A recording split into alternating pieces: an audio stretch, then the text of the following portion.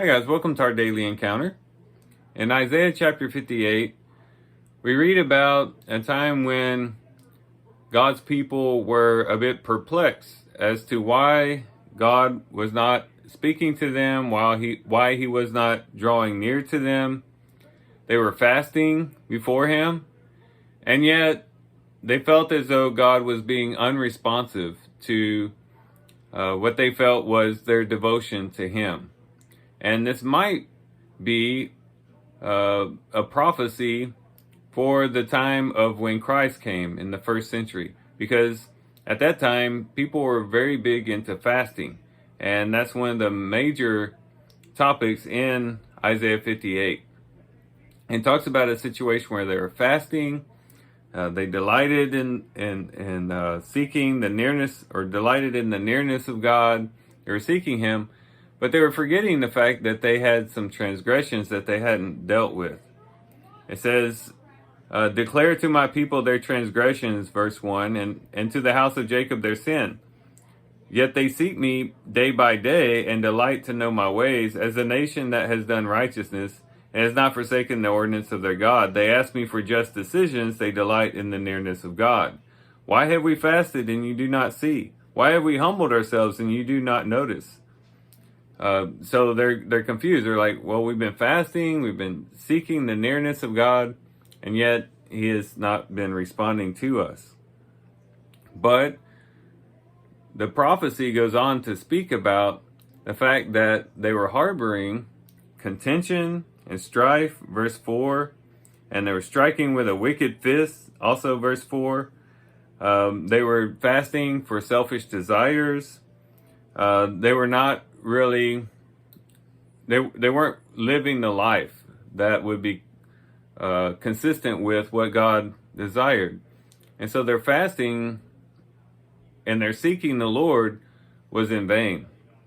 He says in verse 6, is this not the fast which I choose? To loosen the bonds of wickedness, to undo the bands of the yoke, and to let the oppressed go free, and break every yoke. This is a fast I desire. Stop oppressing people. Stop putting a yoke on people that you yourselves can't even bear. Again, very similar to the situation in the first century that the religious leaders were doing.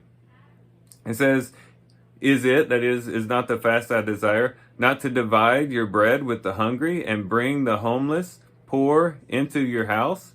When you see the naked, to cover him and not to hide yourself from your own flesh?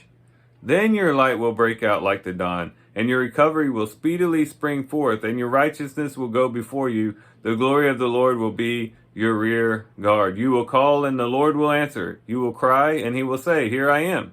If you remove the yoke from your midst, the pointing of the finger and speaking wickedness, and if you give yourself to the hungry and satisfy the desire of the afflicted, then your light will rise in darkness, and your gloom will become like midday. And the Lord will continually guide you and satisfy your desire in scorched places, and give strength to your bones. And you will be like a watered garden, and like a spring of water whose waters do not fail. So here he's saying, look, this is what I'm desiring. Not for you to just put on a show with this fasting and seeking me in that way, but to actually do what is right to other people. To stop oppressing people, but also to help people. To help those who are hungry. Help clothe those who are naked. Very similar to Matthew chapter 25, when Jesus talks about the time when the nations are gathered before Him, and they're dividing the sheep from the goats, and one of the things that He points out is, I was hungry and you gave me no food. I was naked and you gave me nothing to wear.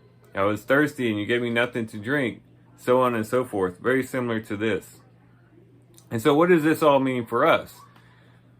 Well, it means that we too ought to be involved in love and good works, and not mere religious observances, and not just a selfish spirituality.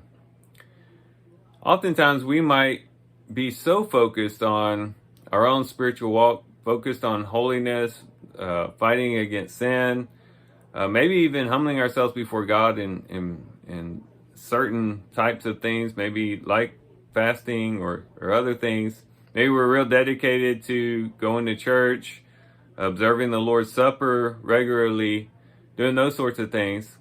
But all the while, we forget other people, and we forget to love others and to do good works to others.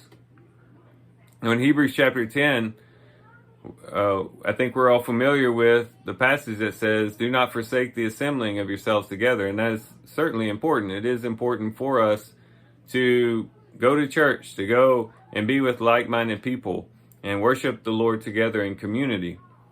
But what was the purpose for that? He says so that we can provoke one another to love and good works. The reason why we're involved in these various activities is so that we will then be provoked and be encouraged to go out and love people and to be involved in good works. So we should never forget this part of the spiritual life. It's not just about me. It's not just about me feeling good or feeling close to the Lord, that sort of thing. All that is important. There are things that we should be concerned about, but it goes beyond just us. It goes out to others, extending open arms to other people, loving other people, not being harsh to people, not oppressing people with our words, but loving others and being actively involved in our community and helping the hungry and clothing those who need clothes, coming to the aid of people who are distressed, who are downcast, standing up for those who are misused, and the list goes on. Just be involved in other people's lives and not just be caught up in our own situation. So let's let Isaiah chapter 58 be an encouragement to us today to begin looking outward, outside of ourselves, and to begin to minister to the people around us and in our community. That's what God desires, and that's what He wants from His people. Not just to throw aside our spirituality and these other things that can promote those things, but to allow it to also have an outgrowth in our lives and to bear fruit in our lives as we live them before God. So with that, guys, I do thank you for watching the video today. Hope you guys have a great day. Love you guys. God bless.